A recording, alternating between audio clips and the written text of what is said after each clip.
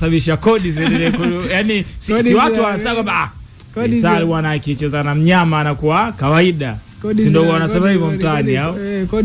Kodi zinazidi kufunguka bana kwamba yani ndio zinazidi kufunguka kumbe. Kodi zinazidi kufunguka bana kwamba Faisal akicheza na mnyama haonekani, lakini akicheza na Yanga na wewe Isiaka vipi unaonaje? Huwa anaonekana haonekani. Haonekani. Sasa wewe leo umemwona?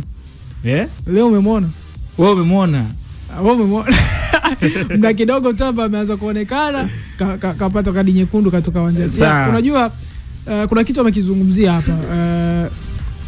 Kuna aina wachezaji wakiwepo uwanjani inakuwa ni kama tishio au inaongeza taski kwa timu pinzani kwa ajili ya kuongeza umakini. Na katika mchezo wa leo automatically katika kikosi kizima cha Azam mchezaji ambaye alikuwa na uwezo wa kuwapa Simba taski ya kuwa na umakini zaidi ni Faisal.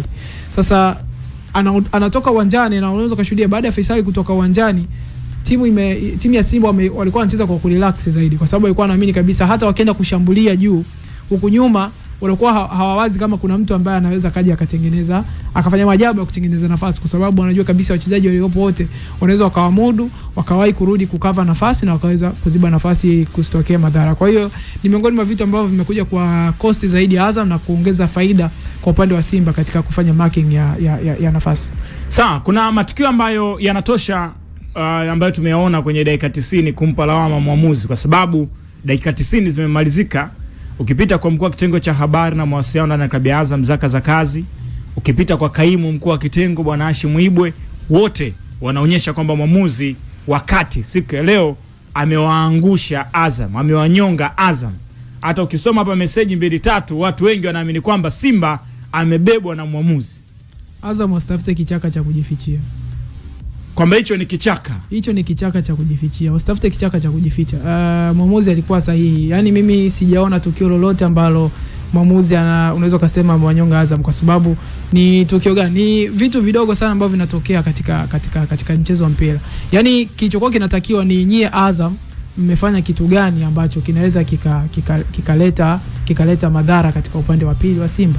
Sasa leo hii Azam watalalamika kwamba mwamuzi labda ameonyonga. Kwa tukio gani ambalo ameonyonga? Kwa sababu matukio makuu ambayo yametokea katika mchezo na kuamua mchezo kwa upande wangu ni matukio mawili tu. Tukio la kwanza la goli la Simba ambalo ni Azam wao wenyewe wamejifunga, lakini pia tukio la kadi nyekundu ambalo ilikuwa ni clear red card, imeonekana kwa macho ya nyama. Ongeza hoja na ile Shah Jafet tambala bora kwamba penalty. Hakukuwa na penalty pale bana. Penalty gani ya vile? Wewe umeona penalty? Wewe umeona penalty pale? Sasa nguliza wewe. Ile issue ya Jefte Kitambala, hata kama mimi ndo ningekuwa mwamuzi, ningempa kadi. Kwa hiyo kwenye 1 na 2 wewe unaona Azam kumnyoshia vidole mwamuzi ni yani kutafuta kichaka. Wanatafuta kichaka. Unajua Kibe, siku zote tunasema mwamuzi ni binadamu. Sawa. Sasa wewe utamlaumu mwamuzi kwamba amekunyonga, lakini wewe kuna kitu gani cha ziada ambacho umekifanya? Kwa sababu hakuna, yani hata kama hayo yote yasingetokea, yote yasingetokea, tukio gani ambalo Azam wamelitengeneza kuonyesha kwamba wanatengeneza nafasi ya kupata goli? Hakuna. Yani ubora wa Azam ulikuwa unaishia katika safu ya viungo, lakini kuanzia kule katika safu ya ushambuliaji hakukuwa na ubunifu wowote ambao ulikuwa unaenda walao kutengeneza nafasi ili waweze kupata goli dhidi ya Simba. Sasa leo hii utakuja kuzungumzia tukio la Jefte Kitambala ambalo unaona kabisa Jefte anakokota mpira, anafika katika lile eneo, kulikuwa kuna mgusano kati yake na beki wa Simba. Alafu yeye akawahi kuanguka katika eneo la 18 la Simba. Kwa hiyo wewe unasema Azam wasitafute kichaka. Azam wasitafute kichaka. Yawezekana engo ya Azam kuja na hiki kwamba mwamuzi leo ni kama maana ameona mimi Hashim Ibwe sasa hivi bwana wewe mwakani wewe moja kwa moja Afcon. Zaka kaze kachukua gazeti moja hivi nasema hivi Simba Azam kadi nje. Labda zile kadi zimetoka kama njugu. Kadi zimetoka sahihi. Hakuna kadi ambayo imetoka bila tukio ambalo linahitaji kadi na alikustahili kupata kadi. Yani tukio ambalo alihitaji kadi limetolewa kadi. Matukio sahihi. Tukio la Pascal Msindo kumchezea follow Libase Gay. Libase Gay alikuwa ameshamtoka, haya anamchezea alafu maana yake tayari akawa amempiga kwa nyuma kadondoka, ile ni kadi. Lusajo Mwekenda kamchezea alafu Ancient Oura, kwa hiyo haina haja hiyo ya kukata kichaka, ni kadi ya njano. Jefte Kitamba la bola, unaenda kwenye box unaanguka, maana yake umedive. Sheria inasema ukidive ni yellow card. Faisal Salum umepiga mtu mara ya kwanza, mara ya pili ni red card. Tukio gani ambalo wewe unazungumzia kwamba haujastahili kupata chochote? Kwa hiyo unauliza na Azam sasa. Hakuna pa kujifichia. Unajua Kibi wa Tanzania bana ni watu ambao mimi binafsi sijawahi kuelewa wakati tunataka nini. Unakumbuka katika ule mchezo wa finali kwa ya muungano kati ya Simba na Yanga pale Zanzibar. Mwamuzi alikuwa anatoka Kenya. Ndio. Unakumbuka ule mchezo?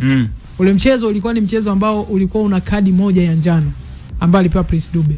Sio, nakumbuka vizuri. Na baada ya ule mchezo story kubwa ilikuwa ni kwamba mwamuzi alikuwa hatoi kadi. Kwamba kulikuwa na matukio mengi ambayo yalikuwa yanahitaji kadi ila mwamuzi hajatoa kadi. Leo hii katika mechi ya finali matukio yanafanyika ambayo ni ya wazi yanahitaji kadi, mwamuzi anatoa kadi, afu mtu anakuja analalamika kwamba mwamuzi ametoa kadi nyingi. Sasa unajua hii inaonyesha kwamba kila mtu anakuwa anahitaji ile favorite katika upande wake, kwamba mwamuzi angeangukia upande wake ampe favorite katika mchezo ili aweze kupata urahisi wa kupata matokeo. Lakini mimi bado na swali langu litabaki pale pale kwa Azam kwamba wewe sawa umelalamika mwamuzi amekunyonga. Kuna tukio gani hasa la msingi ambalo umelifanya inaonyesha kwamba unaweza kupata nafasi ya kupata bao katika mechi ya leo? Huyo ni mnyama Simba ambaye amekata kiu. Baada ya muda mrefu sana. Unajua mwaka 2021 ulikuwa wapi? Mimi nilikuwepo. Ulikuwa wapi? Nilikuwepo na sio mwaka unaofuata mbele ndio nilikuwa na unaanza form 1. Wewe kwa na heshima na mimi. Kwa umri wenu ule ambao umetajana na Nsajigwa pale. Mimi mkinikuta mnanipigia shikamoo. Kwepo. Yaani kwa ule yaani kwa wale ambao mlikuwa mnaongea kule. Mimi mkinikuta mnanipigia shikamoo wazee. Sasa ulikuwa wapi? Kodi siwezi kwambia nilikuwa wapi. Ila unajua nilikuwepo. Ila ulikuwa Makambako. Unajua nilikuwepo. 2021 mpaka 2026 ni takriban miaka 5. Ndio.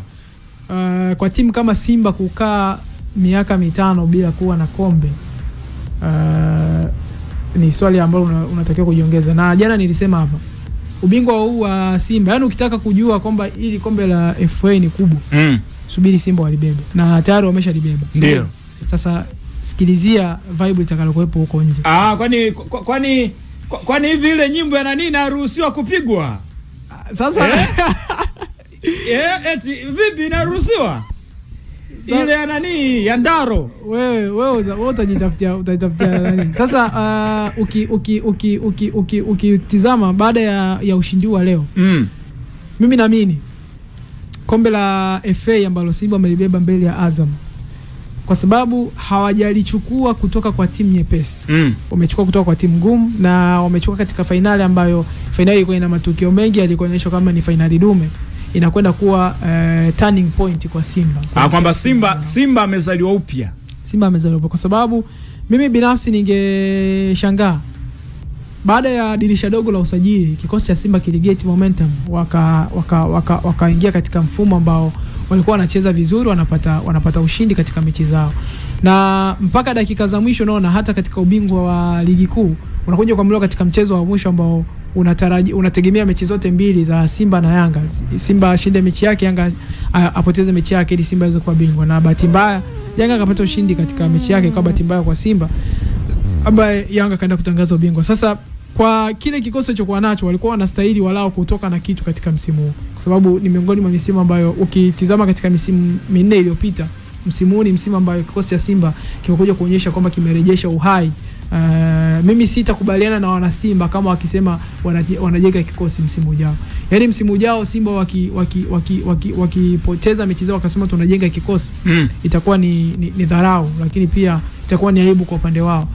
Wamejenga kikosi kwa muda mrefu na msimu huu umeonyesha kabisa kwamba tayari kikosi kimeshajipata. Na mimi naamini ubingwa huu ambao wameubeba mbele ya Azam ni turning point kwao kwa kuelekea msimu ujao, kwamba wanaweza kwenda wakapambana kwa ajili ya kutetea kikombe ambacho wamekibeba, lakini pia na kupambania ubingwa wa ligi kuu.